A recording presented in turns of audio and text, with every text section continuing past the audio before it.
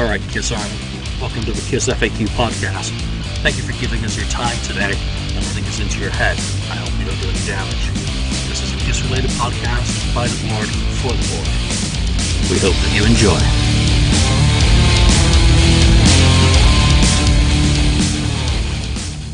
Welcome to the KissFAQ podcast. I'm your host, Julian Gillen. I am joined by a very, very special guest, Keith Valcourt, Global Product Manager for the Gene Simmons Vault. Is that your correct title? That is my correct title. So you did an appearance on Three Sides of the Coin a little whiles back, and obviously it's a very fluid situation bringing a product to life. Let's just jump in and give a little bit of introduction to who you are and how you landed the role for basically managing Gene's Vault release. Well, basically, several years ago, fresh out of college, I went to work for Capitol Records in 1989, did artist development for about 10 years, and then left the music business to go pursue my acting career. You may have seen me in several canceled sitcoms as the guy who says one thing and then quickly leaves the room.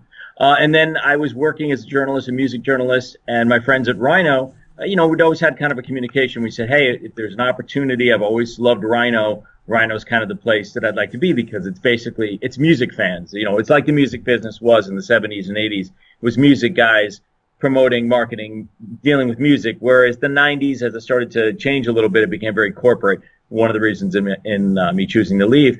And my friend Dave Kapp, who's worked here for 20 some odd years, he mentioned to Mark Pincus, the president of the label, hey, if there's ever an opportunity, Keith is looking for a job. Basically, apart from all of his writing for the Washington Times and the other stuff that he does, acting-wise. And one day in Mark's office, Mark's a fan of the Grateful Dead and that ilk of rock. There was sitting on his couch for no apparent reason a Gene Simmons pillow. So Dave just happened to walk in that morning and say, hey, Mark, what's with the Gene Simmons pillow? And Mark said, we had a meeting with Gene. He's thinking about doing this massive box set. And Mark stopped mid-sentence and looked at Dave and said, does Keith Valcourt still need a job? Which, great. That very day, I had wrapped season 3 of The Odd Couple, the new reboot of The Odd Couple. So I literally, that same exact day that Dave called me, I was out of a job. And I said, oh, great. And I came in and they said, well, wait a minute. Are you a Kiss fan? And I told them, we all have our Kiss stories. But when I was 9 years old, I wanted one thing for Christmas, and that was Kiss Destroyer. My parents were rather Catholic, so they said, no, you can't have that. That's Knights in Satan's services. You can't have that. No. So Christmas morning rolls around under the tree. There's a bunch of albums. You open it up. It's the Grease soundtrack. Okay. You open it up. It was the Star Wars 2 album set. Billy Joel's The Stranger. No Kiss album. So, I'm fuming. I'm a 9-year-old. I'm getting my 9-year-old rage. My godmother walks in somewhere midday with one thing under her arm, and she's so bold she doesn't care. It's Kiss Destroyer. She doesn't even wrap it. And she hands it to me, and I play it nonstop for 3 days, and then it disappears. And I say to my dad, Dad, where's my Kiss record? He goes, you never had a Kiss record. He goes, there was no Kiss record in this house. 4 years later, I'm helping him clean up behind his bar. I find it snapped in half on, Kiss Destroyer. So I told Mark that story. I told Dave that story. He said, well, let's go meet Gene. Let's see if you guys hit it off. You're used to dealing with big personalities. Let's see what works. And so Mark Pincus, Brian Hay, who's my boss, and we went over to Gene's. We hit it off, and a year later, this went from being a drawing on a piece of paper to actually being a physical vault that exists, and that people are getting ready to buy at GeneSimmonsVault.com.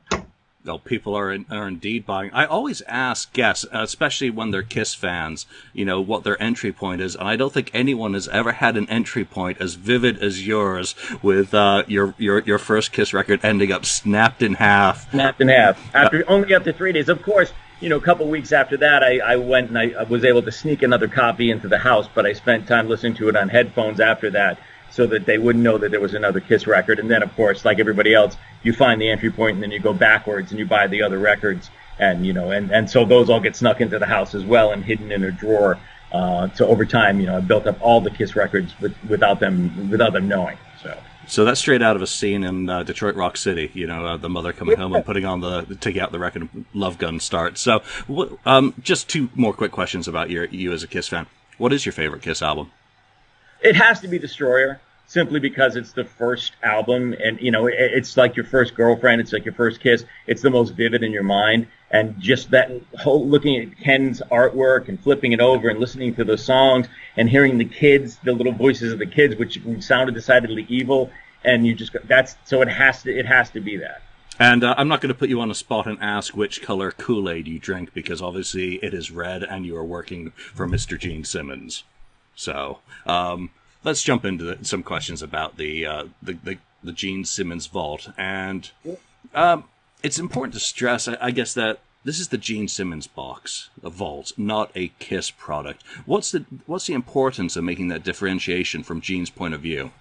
Well, Gene wanted people to see all sides of his work as a songwriter and as a singer and as a musician. In Kiss, there's a certain perception that Gene does certain things. He's the demon, he does the plotting songs, and that's what he does. With the vault, you get all the songs from 50 years of his career. So it's a full picture of him as an artist, because you have songs in there. His first song he ever wrote, My Uncle Is a Raft, when he was a teenager. You have songs in there that you listen to and you go, that's not a Kiss song, that's an Eagles song, that's not a Gene song. There's a song in there that sounds like the best bad 1980s theme song that you could ever imagine, called Queen of Hearts. It should have been in an 80s film. There's one song in there that sounds a little like Prince, and there's different stuff in there. You go, that doesn't sound like what we expect. And Gene wanted to deliver kind of a full body image. It's his legacy in a way of all of his music away from what you would expect. There's stuff in there you do expect. The Kiss demos are in there. There's some really great stuff that you're going to be like, as a Kiss fan, you're going to go, wow. There's tracks that were recorded with Tommy and Eric that just didn't make it to Kiss records that are amazing tracks. But there's a lot of other stuff that you're just going to kind of listen to and you're going to go, wow, that's pretty good. I wouldn't have expected that from Gene Simmons. That's awesome. He already had a concept for this box set before you come into the picture. How does that concept start to change as you're involved in the project? Well, I know initially he's been thinking about this for 10 years. It's been something that he's wanted to do. Initially, it was called Alter Ego, and then at one point he wanted to call it Monster, and then Paul decided he wanted the title Monster for a Kiss record. So when we came in, he had an idea for an attaché case, a kind of a Halliburton metal businessman case. And Brian Hay and Mark Pincus and myself, we met with him, and we said, that's cool, but it seemed a little too businessy. It seemed a little too, not rock and roll enough. So that evolved into a doctor's bag. We were going to do the Calling Dr. Love doctor's bag, and it was going to be one of those metal and leather doctor bags, and there was going to be some of his blood in it, harkening back to the comic book day. Yeah. And that evolved, and then one night we're sitting there, and I said to Gene, I said, we're trying to think of a name, we're trying to think of the way to position it. And I said, well, this is your vault. And then he took a piece of paper right in front of Brian and I, and he scribbled down on the piece of paper, and he created a safe. And he goes, like this? And then we all just kind of stopped for a minute. We went, that's it. Because, with Gene, it's important to have stuff that, as with a lot of the stuff he's done in the past, it has to have weight to it. It has to have a perceived value to it. It has to be made of solid materials and not flimsy and garbage that you can just throw away. So with a vault, we were like, okay, that's it. It's a safe. It hides all of your valuables. It hides your vault. And not only does it hide your music, but it hides a bunch of other things which we've added into the process and added into the vault. And it just it went from that attaché case to the doctor's bag to the safe. Then we met with different safe companies. We were actually trying to get safe companies to make it, but they couldn't make it weight right. Every safe company came to us. They said, okay, here's a 150-pound safe. And we said, well, you can't have a 150-pound box set. And they said, oh, well, this is, so we tried all the different ways. And finally we found someone who could take the vision and turn it into something that looks and feels like a safe, but weighs 38 pounds. So it still has that heft, but won't break your back as you're trying to carry it. Yeah, that's very kind. Kiss fans and Gene fans are getting old, and with our arthritis, we don't need to be lugging 150-pound vaults anywhere. Exactly. Gene partnering with Rhino for this is very kind of interesting from a, I guess, political and legal side. How does he get to work with Rhino when he's been, obviously tied to other record companies in the past, those that have released his albums through Kiss, his solo album, and the contracts, I guess, that he signed going back to 1973 and recorded in studios, a lot of material that's often under the control of those record labels that he signed to at the time, even if it's not released. How does Rhino fit into the picture in dealing with that side of the equation? Well, when it came to Universal, I mean, it's very simple. There was an override to be paid to Universal for the rights to use some of these songs. But the reality of the material, although, you know, there are familiar songs, Christine, 16, and so forth, the versions that are in the box are not the versions that were owned by the record company. I don't know if how to put it that way. They're raw demos. They're different versions that he recorded on his own or on his own dime or on his own time. So they're not the master recordings. You already have those in all the different Kiss box sets. They're different. They're different things that he basically owns and controls. And again, other than paying an override to Universal, and he went and met with all the different artists, got everyone's permission, got everyone to sign off on it, and we were able to, you know, fairly easy come up with 150 songs that make up the vault. How easy is it to come up with 150? What are we talking about in the starting number? I mean, even those that circulate unofficially, and I know that's probably a touchy subject for Gene because they've been outside of his control. How does he start and say, is this everything? This is a dumpster full of tapes, reels, acetates, whatever? He had done some of the legwork ahead of time. Again, I mentioned he's been wanting to do this for 10 years.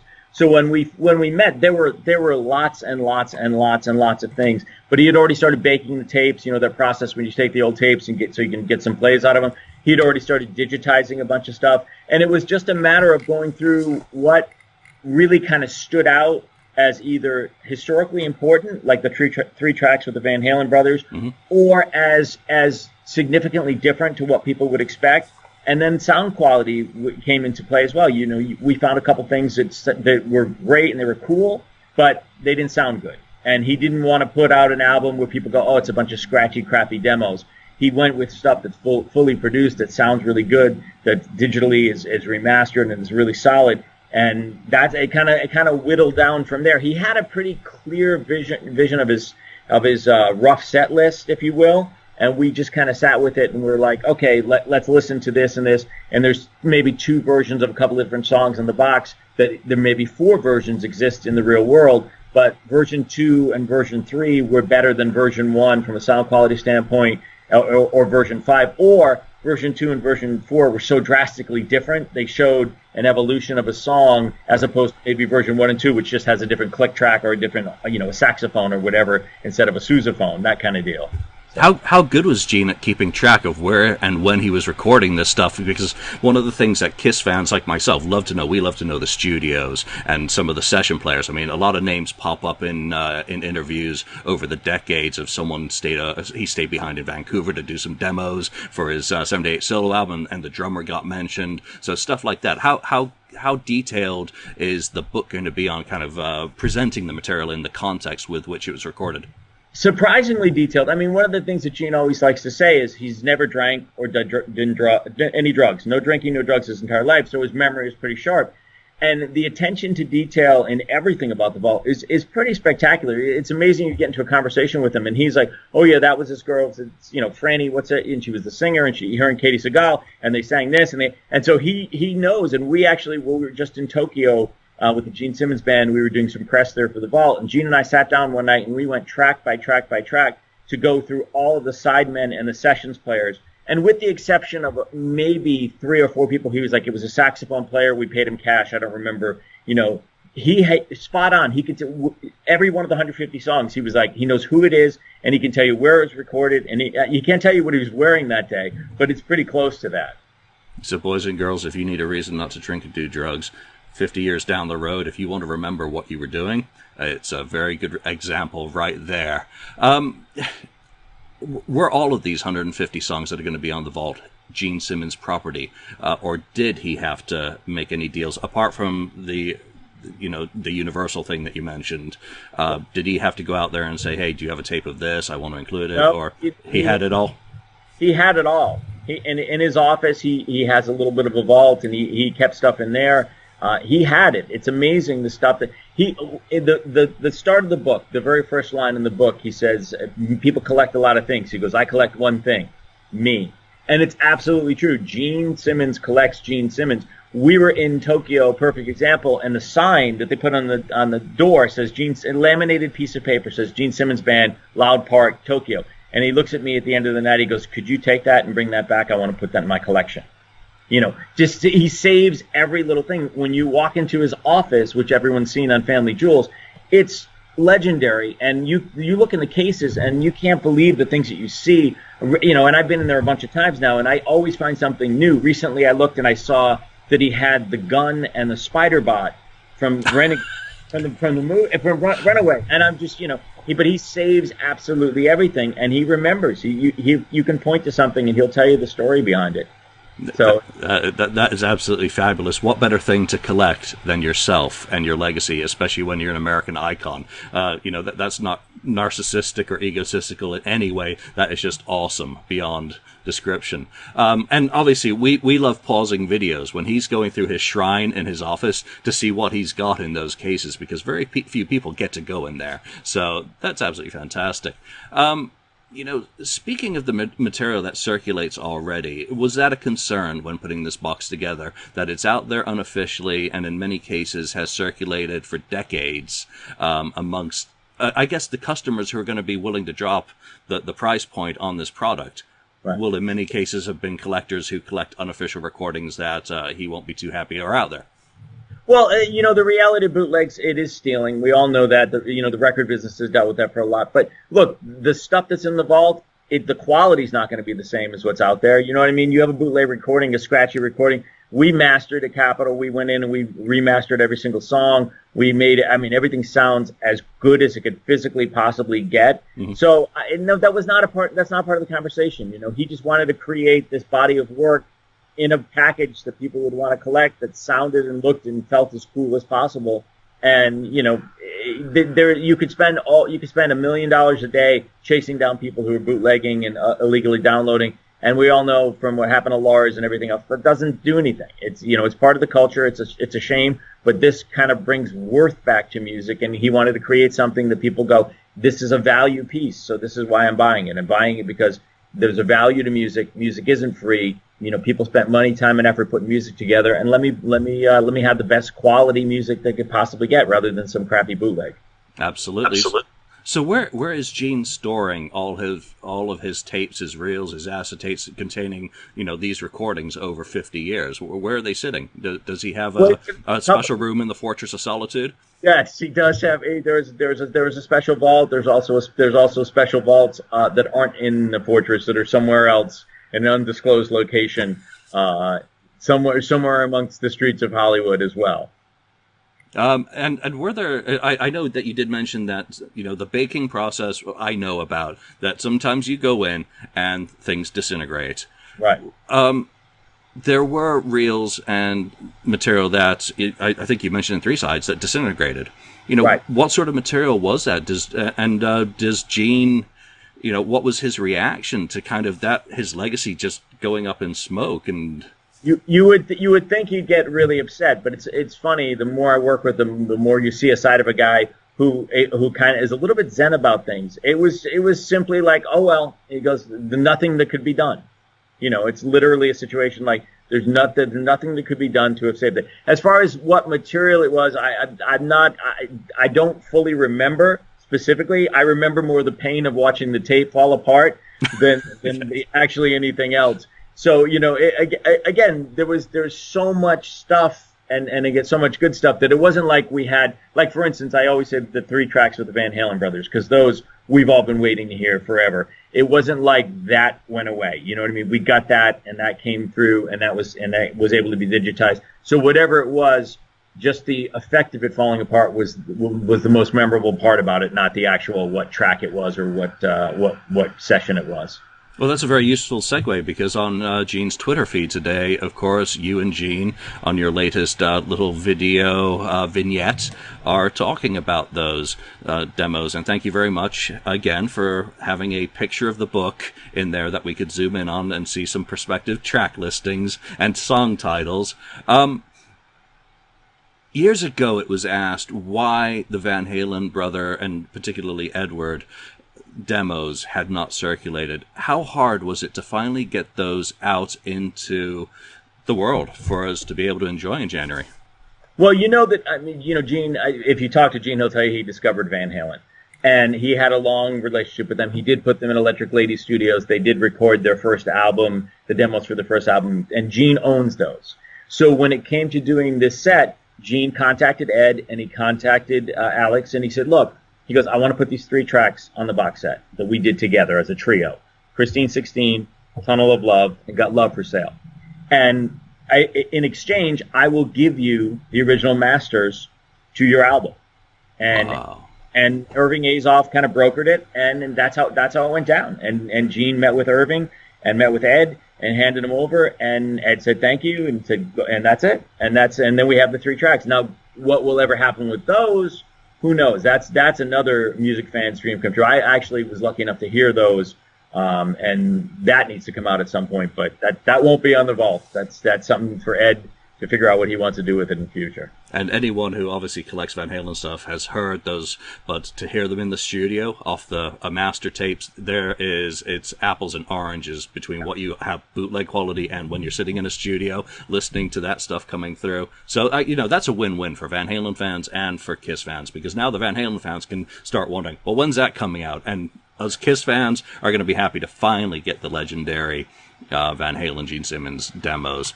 With all of we're talking about a 50-year span of Gene Simmons' creative career, and all these different recording methodologies, from tape recorders to full-blown studios. How do you guys approach the sonic fidelity of getting everything to sound like it fits in the same vault?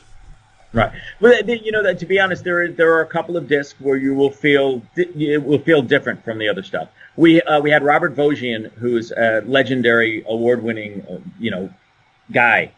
He's a master of audio recordings. He works at Capitol Records, and Robert mastered it. And we tried to get the fidelity as much as possible. Some of the early recordings, the ones he did as a kid, they're going to feel like they were recorded in a bedroom on a 2-track, because they were recorded on a cassette or what have you. And that's okay, because then we feel that from a historical significance, that's more important. We didn't want to add the symphony orchestra to the song Lita, for instance, which is a song he wrote. It's like the 3rd or 4th song he ever wrote about an early girlfriend when he was 19 years old, because it would have taken away from the authenticity of it. We wanted the songs to sound as authentic as possible, while sounding as good as possible. So there will be a couple of moments on the set where you listen and you go, okay, that sounds like, doesn't sound as powerful and as well put together as some of the others, but from a historical standpoint, that's more important. Yes, if they're a little bit less, hi-fi, they at least have context, which is more important than anything. One of the complaints with one of the recent Kiss releases was the Love Gun Deluxe, was that some live recordings that were put on that were tinkered with. Had digital samples overlaid, explosions, and other drum effects that changed the nature of the original recording. Has anything been done in that way, other than maybe some repair work of having to take something? No, there's no overdubs, there's no re-records, there's no looping, there's none of that. It's just taking what we had and sonically making it as great as possible. There was no thoughts to changing anything or adding anything other than, squishing some noise floor, adding some fidelity, but there's none of that added in. Excellent. What you see is what you get, to use a Gene Simmons demo title from the 80s.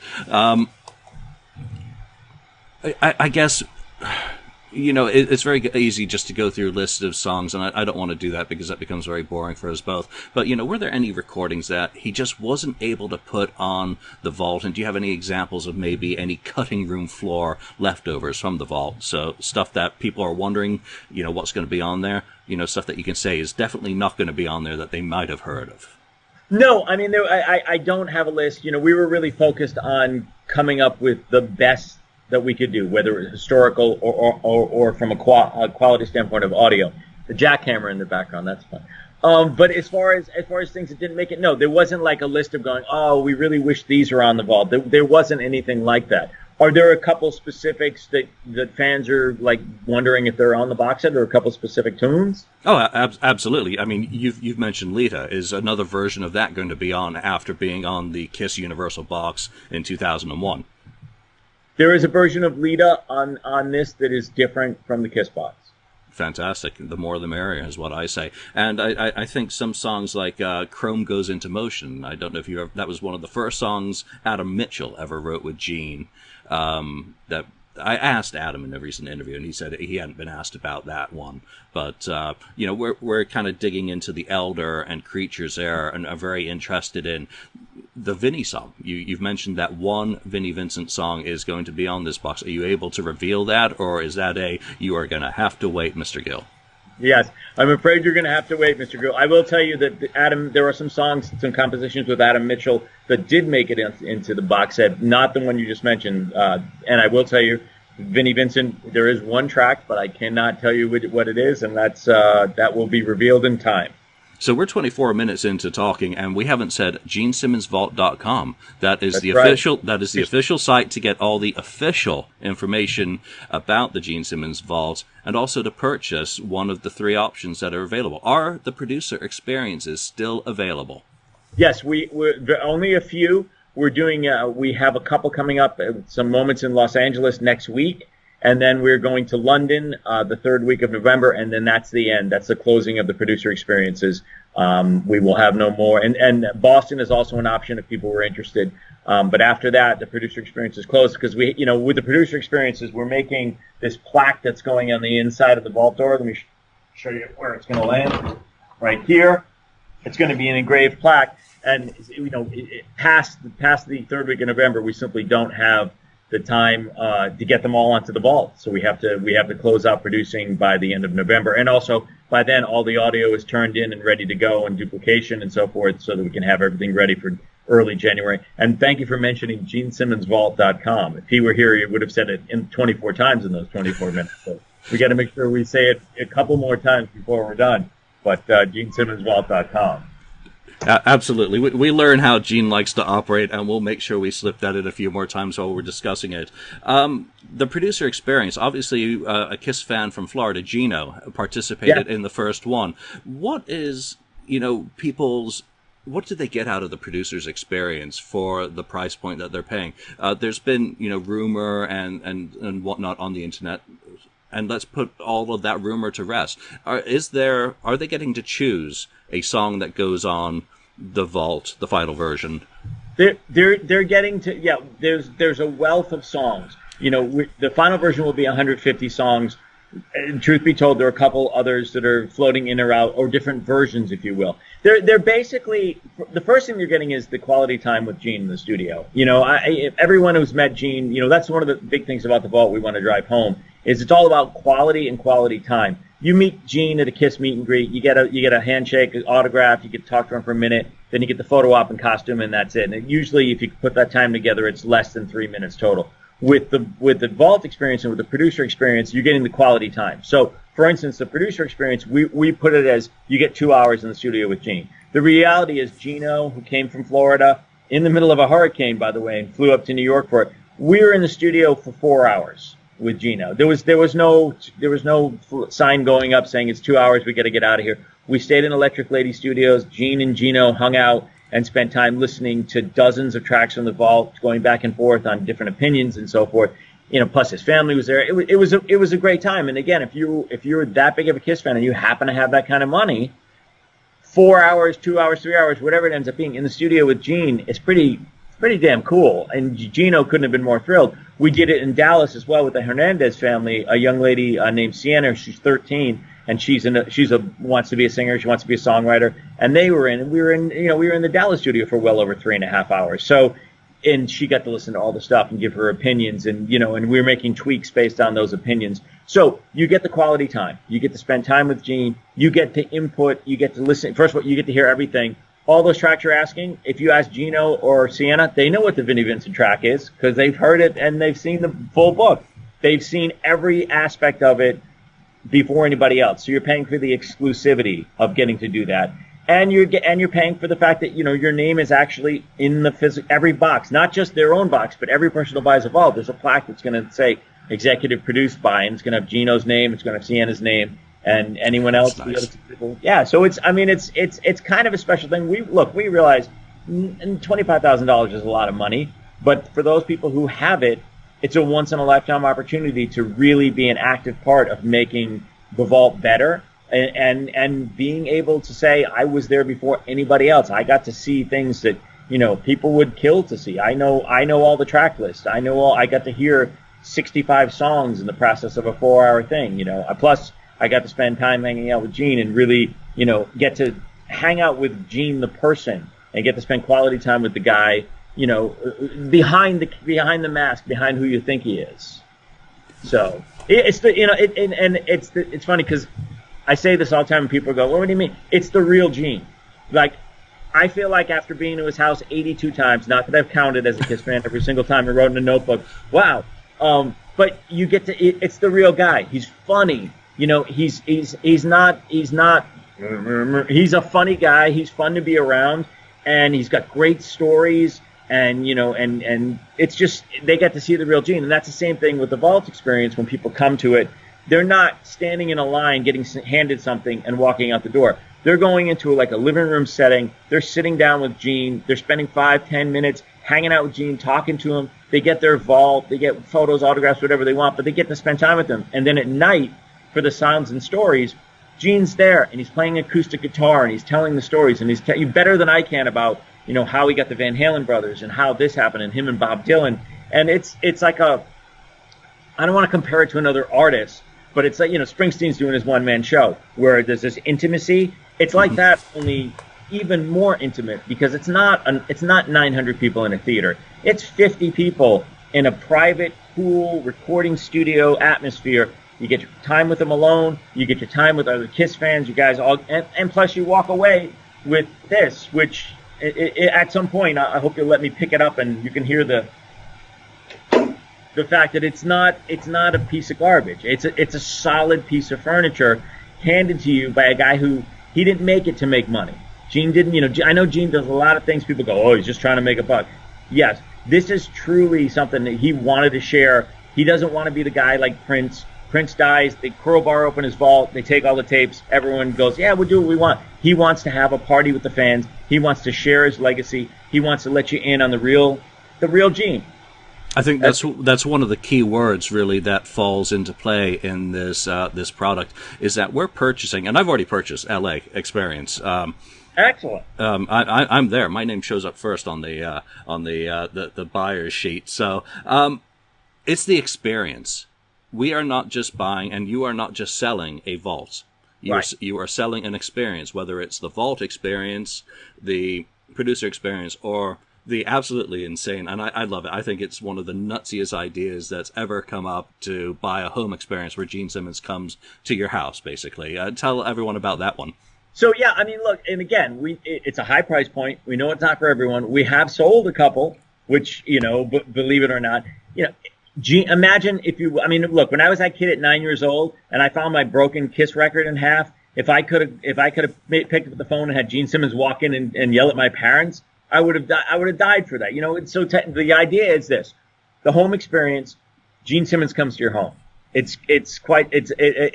boil it down to that. He literally walks through the front door of your home and spends, again, I say 2 hours, but with Gene, once he's there, he loves to talk. He hangs out in your house.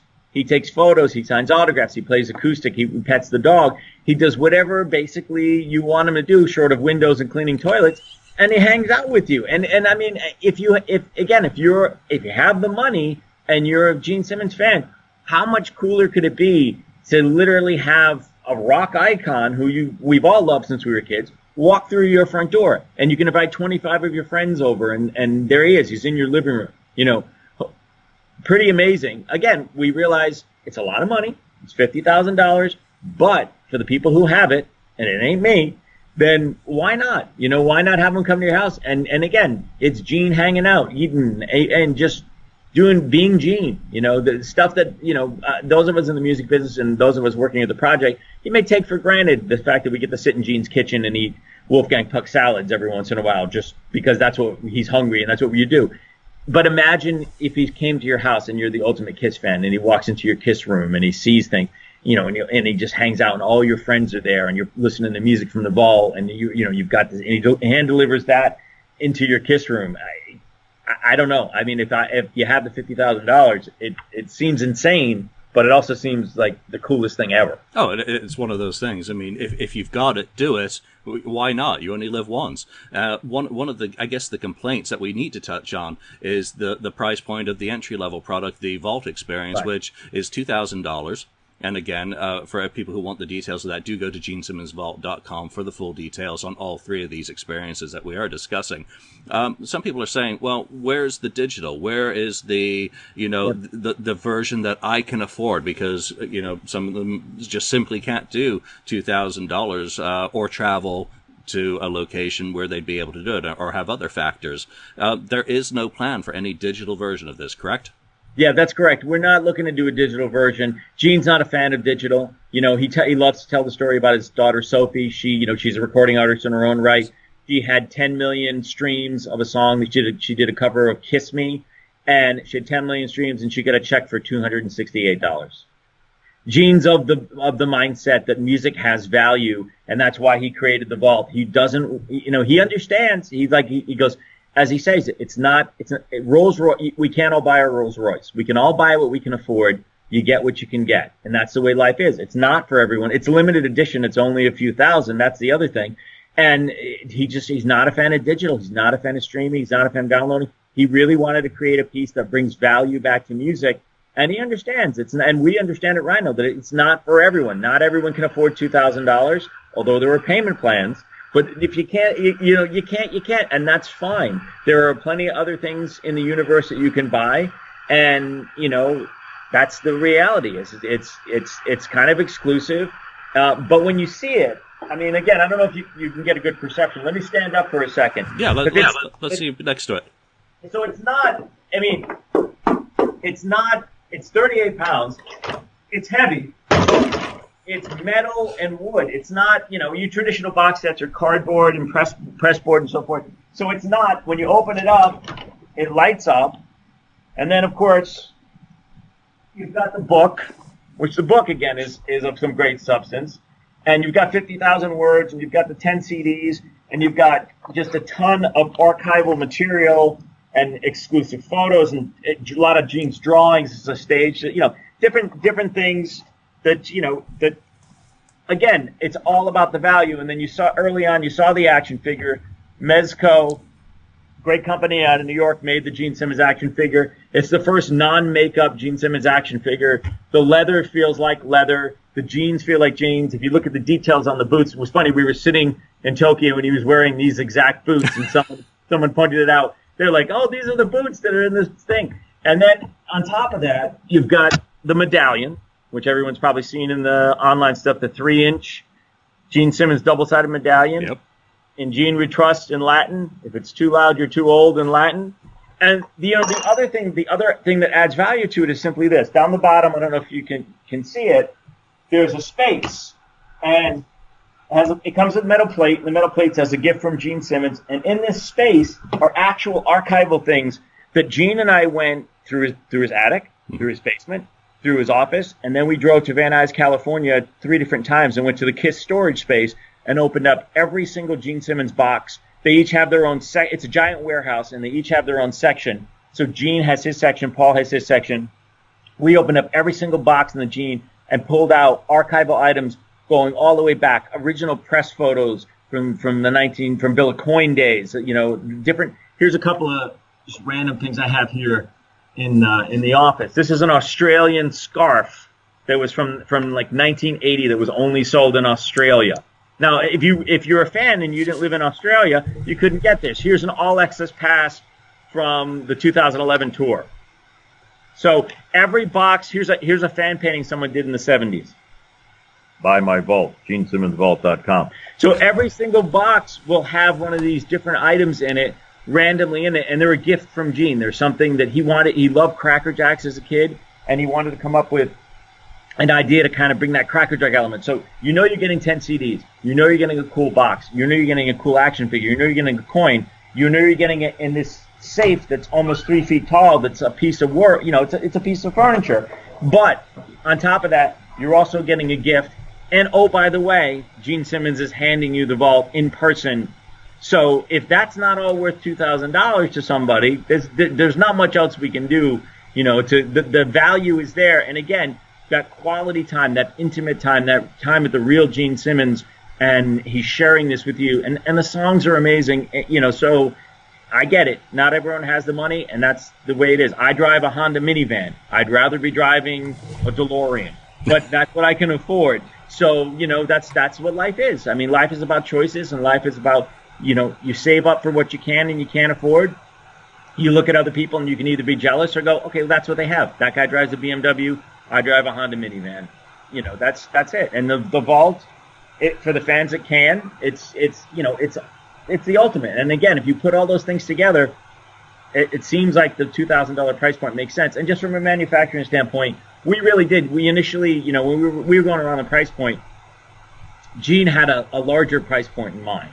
And we, Brian and I here at Rhino, we said, no, we have to do it something that makes sense, that consumers, we realize 2 isn't cheap, but based on the cost of everything and then the travel and so forth, $2,000 made the most sense.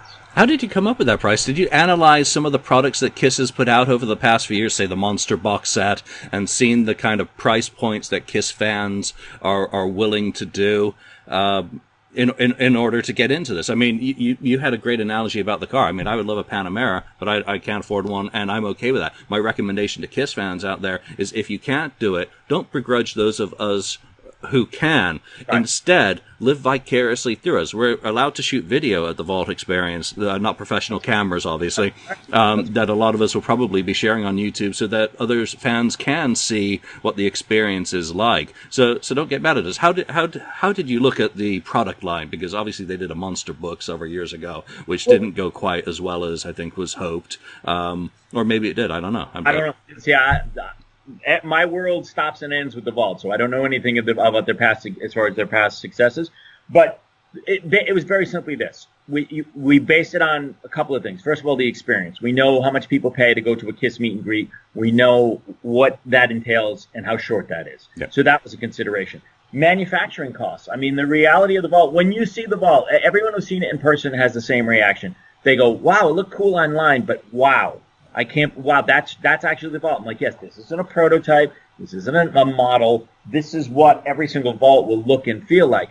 So you take in the production cost, you take in the consideration of previous meet and greets and the cost of previous experiences, and that's basically what it came to as a price point, based on those 2 things and a couple of other considerations along the way. Absolutely. So what qualifies as a success for a elaborate project such as this? Is there any kind of number of sales that will make it a success, or was there ever a worry that if you didn't reach a certain number of sales that there was going to have to be drastic actions, shall we say?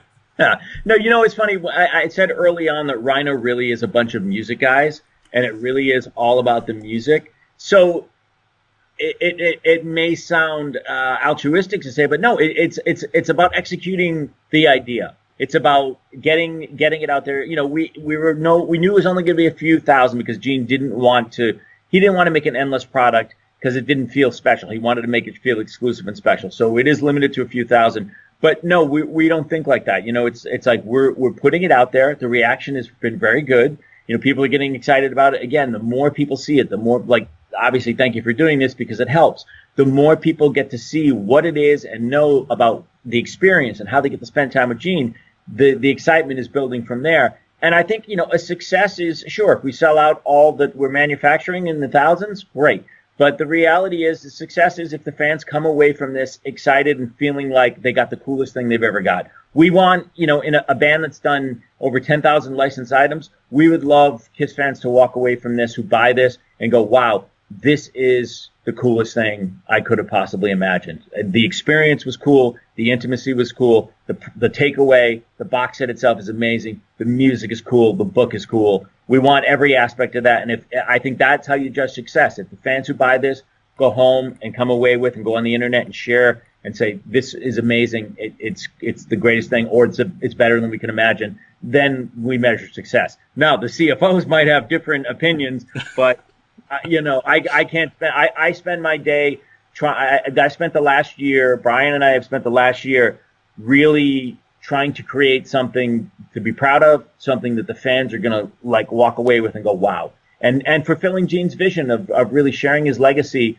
and bringing value to music in a way that doesn't exist nowadays. And and look, the hope is down the line, if this works for Gene Simmons, we hope that maybe if we get lucky, we're creating a new way to bring music to the fans in an intimate and special sort of way. So it's ultimately like everything else that Gene does. It comes down to the fans, and I think at the end of the day, anyone who buys one of these, I'd be shocked if anyone's not happy. I think everyone who walks away with this and gets to meet him and spend the time with him is going to walk away pretty happy. It certainly seems to be the ultra premium experience. How concerned is Rhino and Gene about, say, a few months after, these vault experiences start occurring, if all of a sudden on eBay you start seeing pressed vinyl bootlegs, just like happened with the Kiss box set, a double LP of all those special tracks that was on that release. If a sampler of that starts appearing, we know there are pirates and people who don't have any regard for the law, and unfortunately, Kiss collectors love that stuff. There's stuff out there right now that's very popular. How concerned are you about that and affecting possibly the cachet of this product with all the vault presentations yet to come? Right. No, I mean, look, the reality is there's a legal team. Gene has legal people for years. Rhino has legal people. So if something occurs in that area, they're the ones who are going to have to deal with it. We're not necessarily, it's part of the digital landscape. It's part of the music landscape. Things like this happen. We're hoping that, if you're a fan and you spend your $2,000, we're hoping that you're not going to go and burn this and share it with people. Why would you? You've worked hard to make that $2,000. You've got this special item. You've had that special moment with Gene. Why would you tarnish that by going out and making bootleg copies and giving them to your friends? Let your friends come over to the house and play the tracks for them. And again, that's the way it is. But you can't. There are a lot of bad people in the world, as we see every day when we turn on the news. You can't stop all of them. You can only try and enjoy your moment here and enjoy your life and enjoy your vault.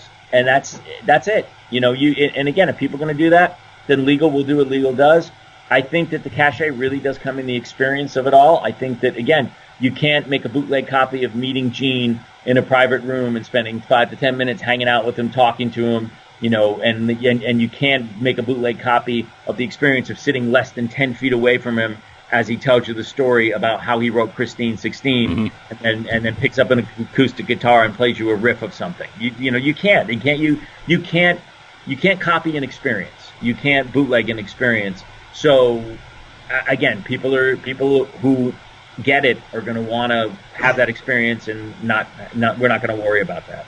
I want to be respectful of your time. I've got a few more questions. I'd like to dig into a little bit of granularity about this product. The book that Gene has been showing on some of the shows that he's been going on to promote the product, is that a prototype, or is that pretty much the finished product? And you had one that you were showing earlier. So the track listings, the track listings are all being finalized after the producer experiences. So that's not finished. But this is, for all intents and purposes, from a photo standpoint, this is the book. This is what you're gonna see and what you're gonna get.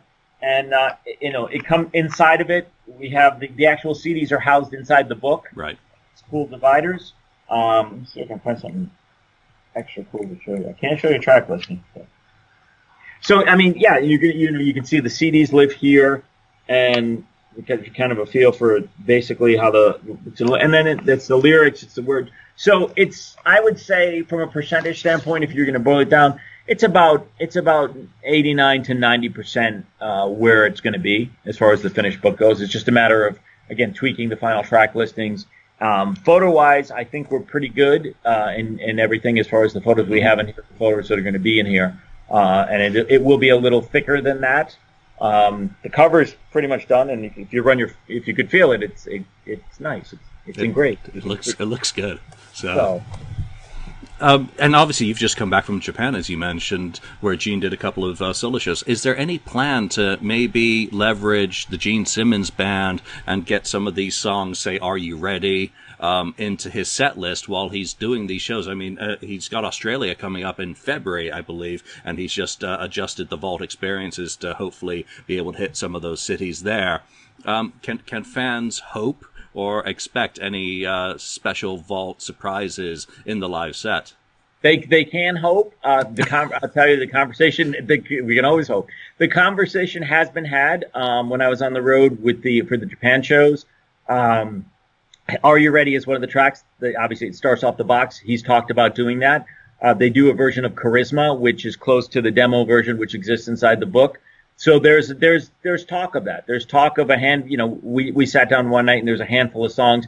He actually said the words, "If you were to pick songs that the band would do from the vault, what would you pick?" And I gave him my 4 or 5 favorites that I think make sense. The thing about the Gene Simmons band is people coming for a certain thing. So you couldn't do a song like "Something Seems to Happen at Night," which has a very Paul Carrack Ace 1970s AM radio gold to it, because the fans wouldn't know what to do. But you certainly could do "Got Love for Sale," more demo-y. Like you could do "Are You Ready?" You could maybe do "Suspicious" and a couple other tracks that fit into that mold that people would still like from a fan watching the Gene Simmons band live. And that band of his could play just about anything on that box because they are monsters. Great. Yeah, they're really, really solid. Great bunch of players. And Sweetheart, bunch of really nice guys. One of the options available on the website now, and I don't remember if it was available at the beginning when I purchased, is people can check out with PayPal and choose PayPal credit. Is that a new feature, or was that on there from day one? That's relatively new. One of the feedback we got from people, and we got it, is that people can't pay a $2,000 chunk all at once. They wanted to find a way to finance it and pay $500 now, $500 in a month. So that's something that the money counters here have been trying to figure out, the business people, different options for people to be able to make it more affordable, if you will, and that's something that was recently added. That's an absolutely great idea. So, and one of the other things you haven't mentioned is the experience doesn't just include the vault, the medallion, the action figure. I nearly said doll. Something from Gene's collection, the book. There's a vault pre-pack. Yes, that's correct. So when you buy the vault, we're using it again going back to 1977. The Star Wars action figures were available in 1977, and if you didn't get them ahead of time, you got this thing in the mail, and it was a piece of cardboard, and it said, "Hey, they're not ready yet, but you're going to get all these action figures in the new year," and you had something under your Christmas tree. So because the vault's not physically coming out until 2018, we wanted to create something that people can have under their Christmas tree, under their Hanukkah bush, under their Kwanzaa hut, whatever it is, so that they're excited and they know that it's coming. So when you buy the vault, and these will start being mailed out around Thanksgiving, you'll receive a T-shirt, you'll receive a laminate, similar to one of these kind of things, only it will have Gene's face on it and it'll be cool. And you'll also get a download card, which allows you to digitally download "Are You Ready?", which will be the only track that we're going to have available digitally downloaded, and only to buyers of the vault ahead of time. And you'll get all of that before the holidays, so you can kind of get more excited. And a signed golden ticket, which is kind of, Gene's invitation, if you will, to come to the vault. It will be made out, hand signed. We will be sitting down with Gene, and he'll be signing signing every single buyer's, adding their name personally, and hand signing it, and that will come inside your pre-pack. Again, suitable for framing. It's two-sided. It's actually kind of really cool, and then people can, you'll have it's building the anticipation for when you actually get to meet Gene and get handed the vault come January. That's great. With the digital availability of "Are You Ready?", does that lead you to even think of why not just throw it out there on iTunes as a single for promotional use? Why not throw it onto 7-inch vinyl for Record Store Day, or do something like that? One gimme to the fans who can't be part of it. Does it enter the thinking? Those were conversations that were had, and again, he doesn't want. It's almost like opening the door. He really wants it to be, it's another exclusive. You're buying the vault, you're getting the digital download card, which the card itself is hard plastic and it looks cool and it's got a cool image on it and so forth. And then you're getting the song. And, and again, it's all part of your $2,000 experience. It's an incremental introduction into the vault where you're getting these things. And yeah, there was, vinyl takes a while to produce. You have to have kind of a long time frame. There was talk of that. But it just was not, when you work with Gene, you can have a million good ideas, and you have to find the ones that work for him. And, ultimately, he handcrafted this. This is his, GeneSimmonsVault.com is his idea. He came to Rhino. Rhino didn't come to him. And, we worked to make the best thing that's best for Gene and best for the consumers. And, the idea of putting it on iTunes, it's just something he's not interested in.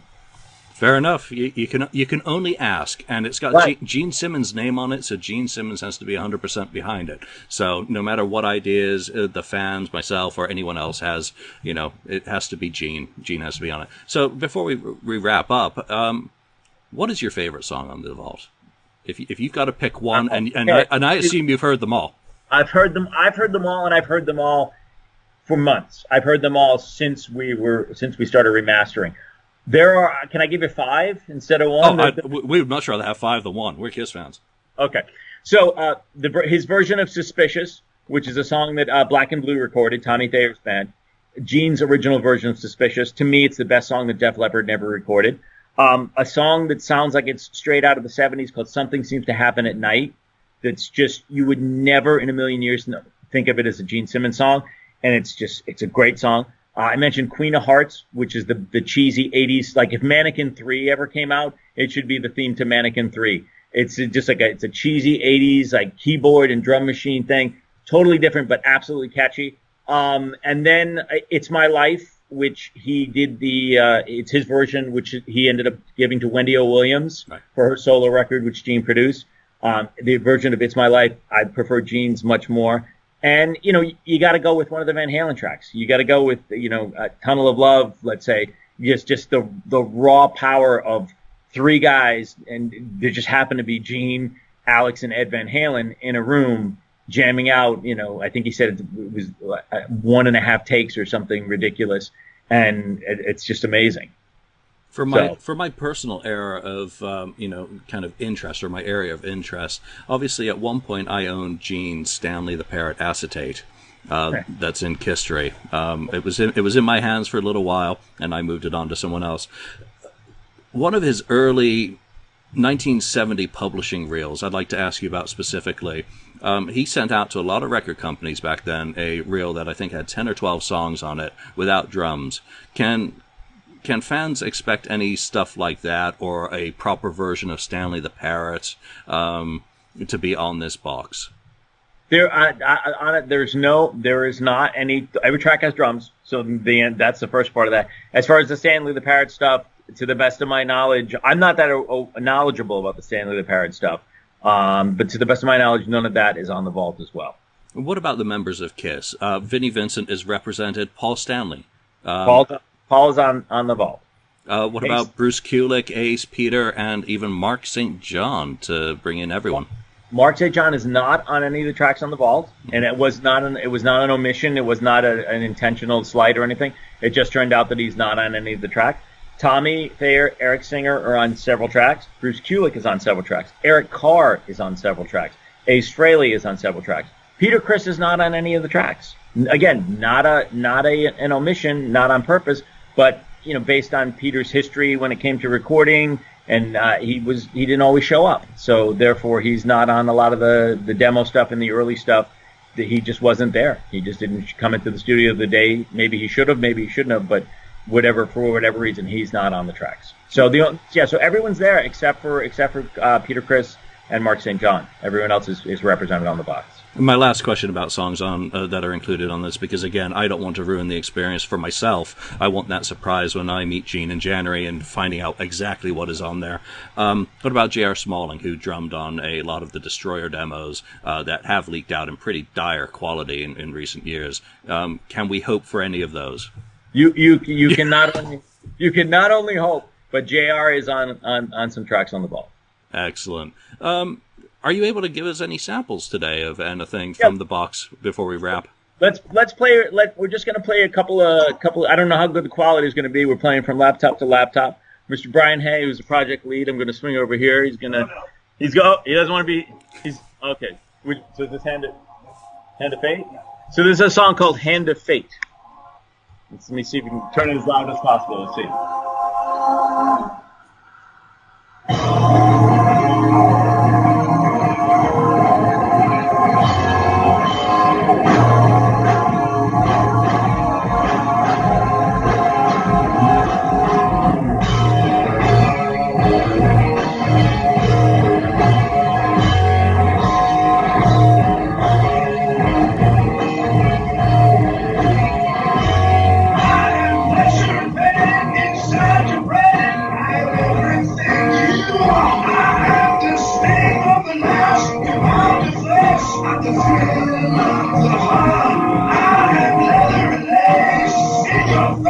when you crawl on all fours. I am flesh and fantasy. I hold the key to the open door. When you stand in line at the pearly gates, you show you stick your hand and shake the hand of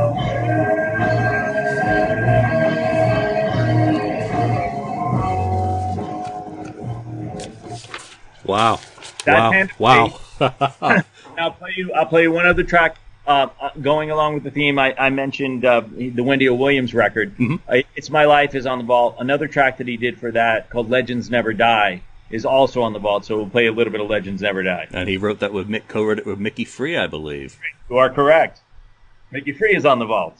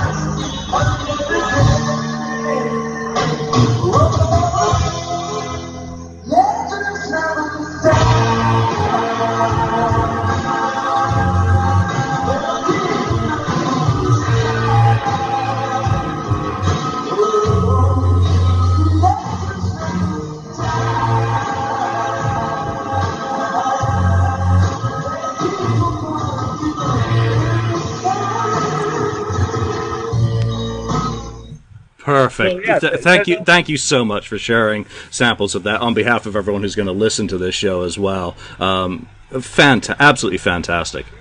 Yeah, I mean it's exciting. It really is exciting, and as you know, as a Kiss fan myself, I feel very incredibly lucky to have had this opportunity, and I really look forward to it. I can't wait to share it with people. I'll be on the Kiss cruise next week, so I'm bringing the vault with me, so people get to see the vault in person.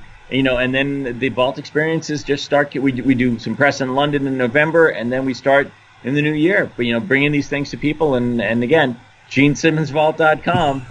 Gotta say that. Can't say that enough. And thank you guys for thank you for taking the time and letting me come on and talk about it. And I hope I hope fans are as excited about it as we are that it's a reality now. Well, on behalf of the Kiss Army, thank you very much for running this project and bringing it through to fruition. Again, GeneSimmonsVault.com. Look at the PayPal payment plan that is now available. If you've not been able to do a chunk, you do have an option to finance and spread out those payments for it, because it's going to be, I'm going to say it's going to be a hell of an experience, and I can't wait until January to see Gene and get this thing into my car. There you go. I'll be there to help everyone get it into their car. That's part of my job. Well, from the KissFAQ podcast, Keith, thank you very much for joining us today, and your assistant who played the samples for us, and wish you all the best of luck. Assistant. My boss is now my assistant. Excellent. It's all coming to fruition. Oh, well, thank him for participating in this and sitting around and playing those for us. Do not take those CDs with you on the cruise, please.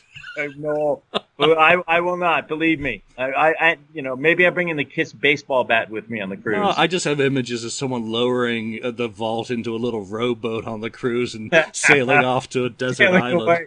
That would be a funny story. But no, the vault will be there. The book will be there. The actual physical CDs will not be there. We are doing a Q&A, Gene and I, and we're doing a special Q&A while we're on the boat. We'll be playing some segments for people. But yeah, no, I don't travel with the CDs because I know the temptation is too great rather than the vault in the rowboat, it'll be me in the rowboat, duct taped and being pushed off the boat. So, all right, let's call that a show. Keith Valcourt, Rhino Global Project Manager for the Gene Simmons Vault. Thank you very much for joining us today, and all the best with the project. Bye for now. Thank you for spending time listening to the KissFAQ podcast today.